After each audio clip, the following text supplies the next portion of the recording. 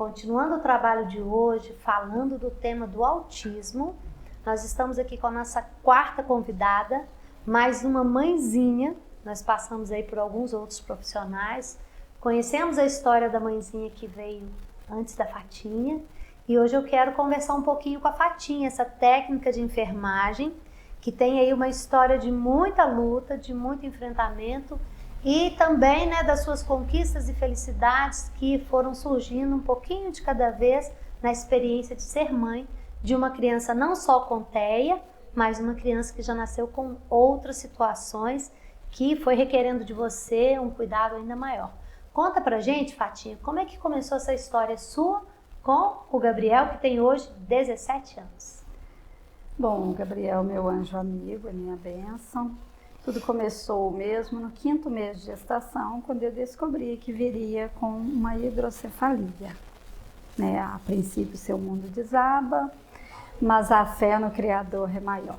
Então, você se ergue, busca força e vamos em frente.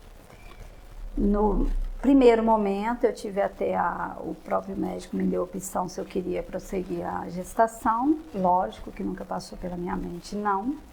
Meu filho nasceu com 8 meses, às 35 semanas e pouco, 8 meses de gestação, de uma cesariana, mas tudo preparado, tudo esperando já para ser colocada a válvula.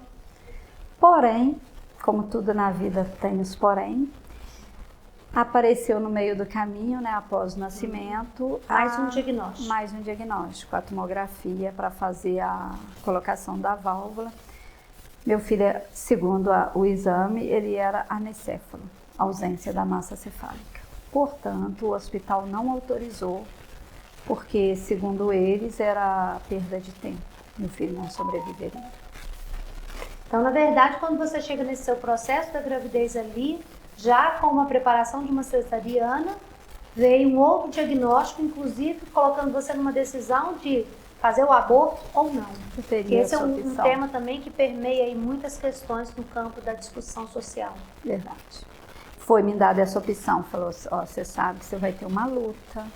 Eu falei, estamos aí, se Deus me deu, vamos, porque é pra mim. Aí, fala profunda.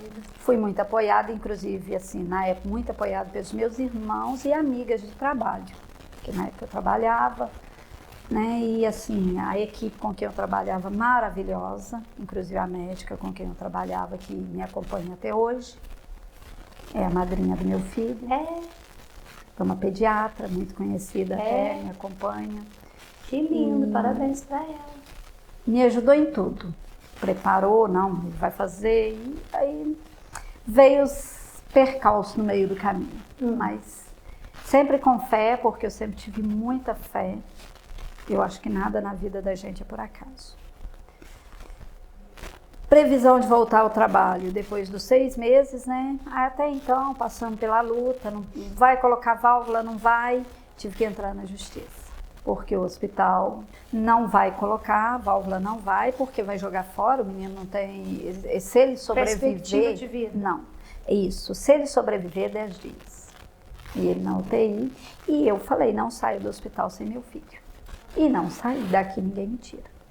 Só que como a minha cesariana não foi uma cesariana, como diz o médico, foi uma cirurgia, porque teve que abrir de fora a fora a minha barriga, porque não podia forçar a cabecinha, e a cabecinha dele nasceu do tamanho da cabeça de um adulto, enorme, então teve que ir. Aí o médico falou, ela também não pode ir embora, mas só que eu não saía da porta da UTI. Aí ela tá aqui, mas ela não para, eu falei, mas eu não vou. Aos 9 dias de UTI, a médica manda tirar meu filho da UTI para desocupar leito, porque tinha outra criança com outra perspectiva de vida. E olha, gente, que enfrentamento, porque nós estamos falando com uma pessoa que conhece como funciona a rede hospitalar, uma série de protocolos, uma técnica em enfermagem, conhecendo a realidade de um hospital, passando por toda uma situação dessa. Colocou meu filho numa mãe canguru e falou, já que a mãe quer ficar junto, deixa ela lá com ele. Foi questão de 3 horas que ele saiu dos aparelhos, meu filho teve uma parada cardiorrespiratória. O médico da UTI foi chamado com as mãos para trás e falou assim, não tem jeito, não há nada que fazer. Só que minhas amigas estavam lá, falou para mim, chama a... Posso falar o nome da médica? Pode. Chama Solange, que é a Solange Castro, que é a madrinha dele. Chama ela, eu liguei nela, foi questão de 5 minutos, ela chegou no hospital. Ô, doutora Solange, estou aqui emocionada de ouvir ela contar essa história de coração. E aí ela já chegou, por que que tirou da UTI? Aí eles falaram, ela pode trazer aí, pôs a aparelhagem, ela colocou tudo e vai voltar para a UTI, mas aí já não tinha mais leito. O que que fez? Montou-se uma UTI no Mamãe Canguru. Aí ela entrou em contato com os médicos e Dr. Mauro Borgo, um anjo que está lá em cima hoje, um anjo mesmo, conheço. Chegou e falou assim, peitou o hospital e falou assim, eu vou operar esse menino amanhã cedo. Se ele sobreviver, eu fiz a minha parte. Se ele não sobreviver, eu pago a válvula que eu vou colocar. Olha, que história, gente. Se ele sobreviver. Mais uma das muitas histórias do Dr. Mauro Borgo. Muitas, eu conheço muitas. Colocou a válvula. Foi o momento que eu não acompanhei meu filho em uma cirurgia, porque não deixaram, foi nessa colocação de válvula. Colocou a válvula e devolveu ele para mim e falou para mim assim, mãe, põe ele no peito. Aí, no outro dia, até então, meu filho não tinha amamentado em mim.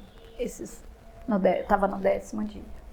Ele falou assim para mim no outro dia, olhou, tá tudo bem, ó, a válvula tá drenando. Ele falou, mãe, põe essa criança no peito. Ele tá mamando? Eu falei, não. Ele falou, mas não te mandaram amamentar? Eu falei, não, eles tiram o meu leite e ele tá amamentando pela sonda. Coloca ele no peito. Eu coloquei, meu filho não largou o peito mais, né? Ele, que absurdo, essa criança era para estar no peito. Ficamos no hospital mais 2 dias, fomos para casa. De luta, porque meu filho, além da hidrocefalia, disso tudo, ele nasceu com uma hipospadia profunda também. O que é uma hipospadia profunda? Só rapidinho para o público entender. O aparelho urinário não tinha formado. Então, como ele é um menininho, o xixi, ele saía como o xixi de uma menininha. Ele tinha o piruzinho, o pênis direitinho, mas o xixi, o canal ali, não tinha acabado, como ele era de 8 meses, não tinha acabado de formar. Isso, e era profunda, não era uma hipospadia mais tranquila, simples. E devido a isso, as infecções urinárias eram constantes, muitas. E cada infecção que ele dava, qualquer episódio de febre, ele convulsionava, ele dava convulsões, e não é uma convulsão simples, a convulsão dele é a falta de oxigênio no cérebro.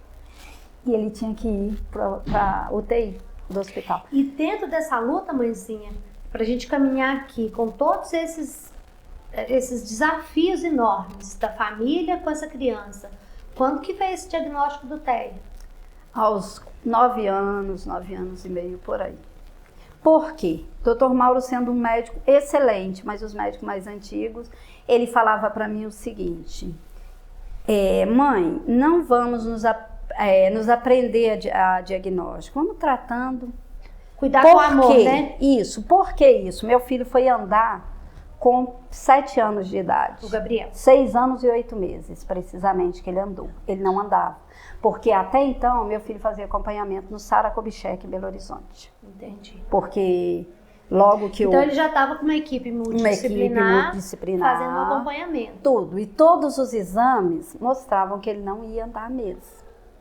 Quando ele nasceu, o diagnóstico era, o Dr. Mauro falou para mim o seguinte, ele, meu anjo, falava assim, eu não falo nada. Porque ele falava assim, como é que é? Quando ele pôs a válvula, se tiver um grãozinho de arroz aí, uma massinha cefálica do tamanho de um grão de arroz, ela pode expandir. E foi o que aconteceu. Quanto ao meu filho não andar, ele falava assim, mãe, se você está falando, que eu falava, doutor, meu filho vai andar, meu filho não vai ficar numa cadeira de roda. Sentimento de mãe. E ele falava, eu não vou te falar que não. Aí o Sara batia o pé que não. A equipe de lá chegou a me chamar de doida, chegou a chamar minha família para assinar o texto. Mas tinha uma perspectiva que ele não andaria. Não, que ele Mas não. Ele superou isso e passou a andar. Ele superou isso tudo com muita luta, porque chegou um ponto que o Sara bateu o pé comigo, ele tem que ir para a cadeira. E eu falei, não vai, eu não vou pôr. E como lá eles dão todo o equipamento, a cadeira de roda, vamos fazer a medida. Eu falei, faz, não volto mais. E cheguei no Dr. Mauro, não vou colocar meu filho na cadeira, ele ia com 5 anos e 9 meses.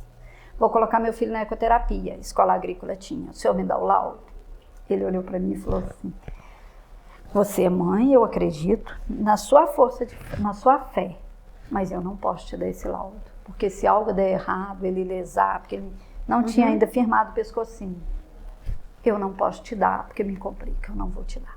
Eu não posso te dar esse laudo. Continua no SARA, continua fazendo o tratamento. Mas o coração de mãe disse não. Eu abandonei o tratamento, comprei uma... Porque já que eu não podia levar lá, e eu comprei uma égua magra, porque tinha que ser mansa, porque se eu comprasse uma égua forte... uma égua mansa. Comprei uma égua. Eu tinha uns vizinhos abençoados, muito bom. Minha família... também, que mesmo não concordando... E começou a fazer uma fisioterapia familiar. Comecei a fazer por minha conta. Sim, mesmo falando que eu era doida, o pai mesmo falou, eu não apoio não, eu não te apoio nisso. Aí você foi, insistiu? Comprei a égua, o vizinho arrumava a égua para mim, que eu também não sabia mexer muito. Eu punha ele em cima da égua, montava junto com ele, minha mãe puxando.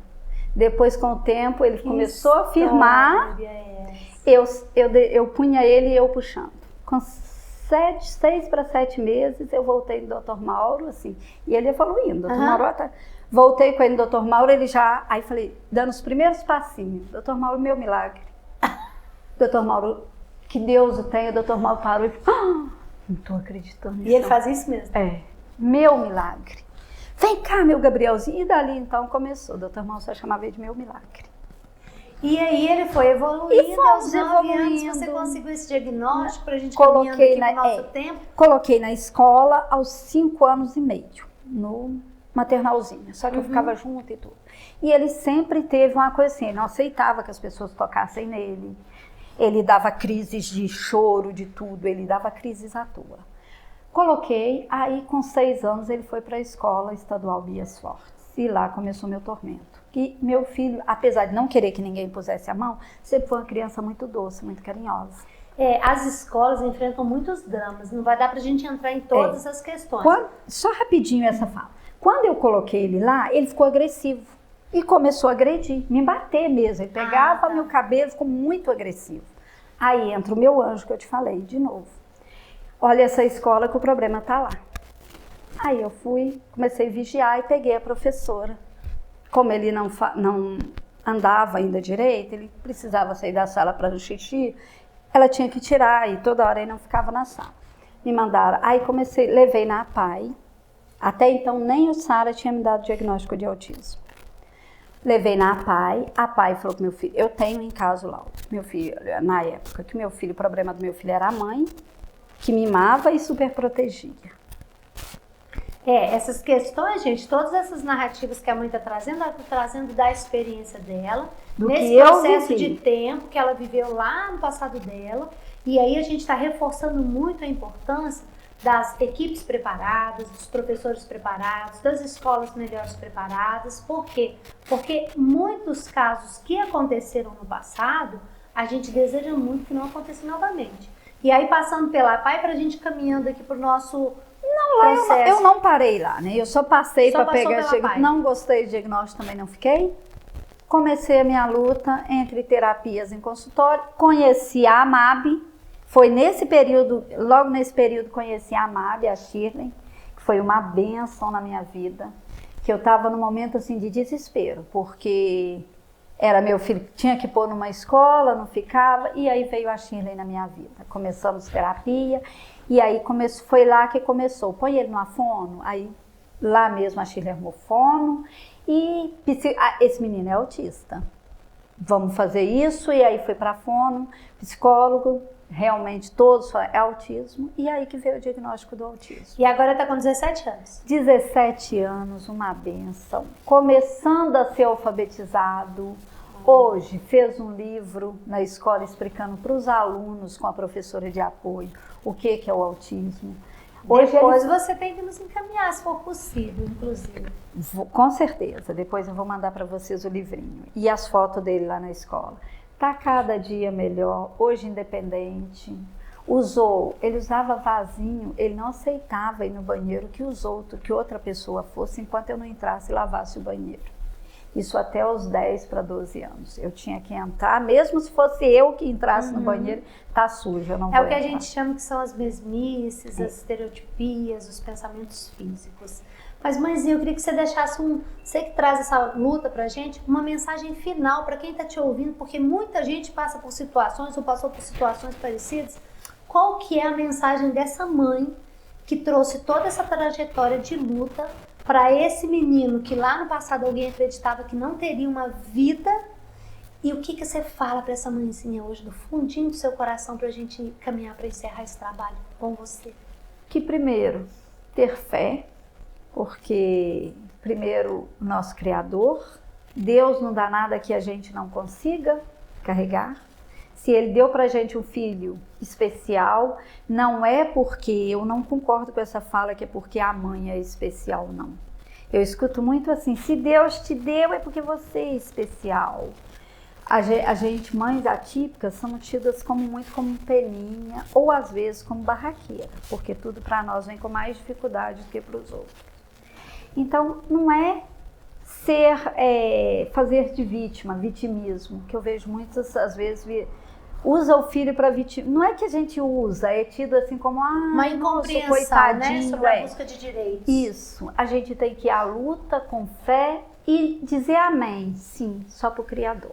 Amém, eu digo sempre, pro meu Criador. E pro resto que duvida do amor, que falam como falam corre comigo. atrás e fala assim, eu vou mais um pouquinho eu adiante. Eu vou conseguir. Porque eu acredito que o Gabriel pode ir um pouco mais. Com certeza. Para quem não ia andar e não ia falar, hoje, chega na porta da escola e fala, mãe, pode ir embora.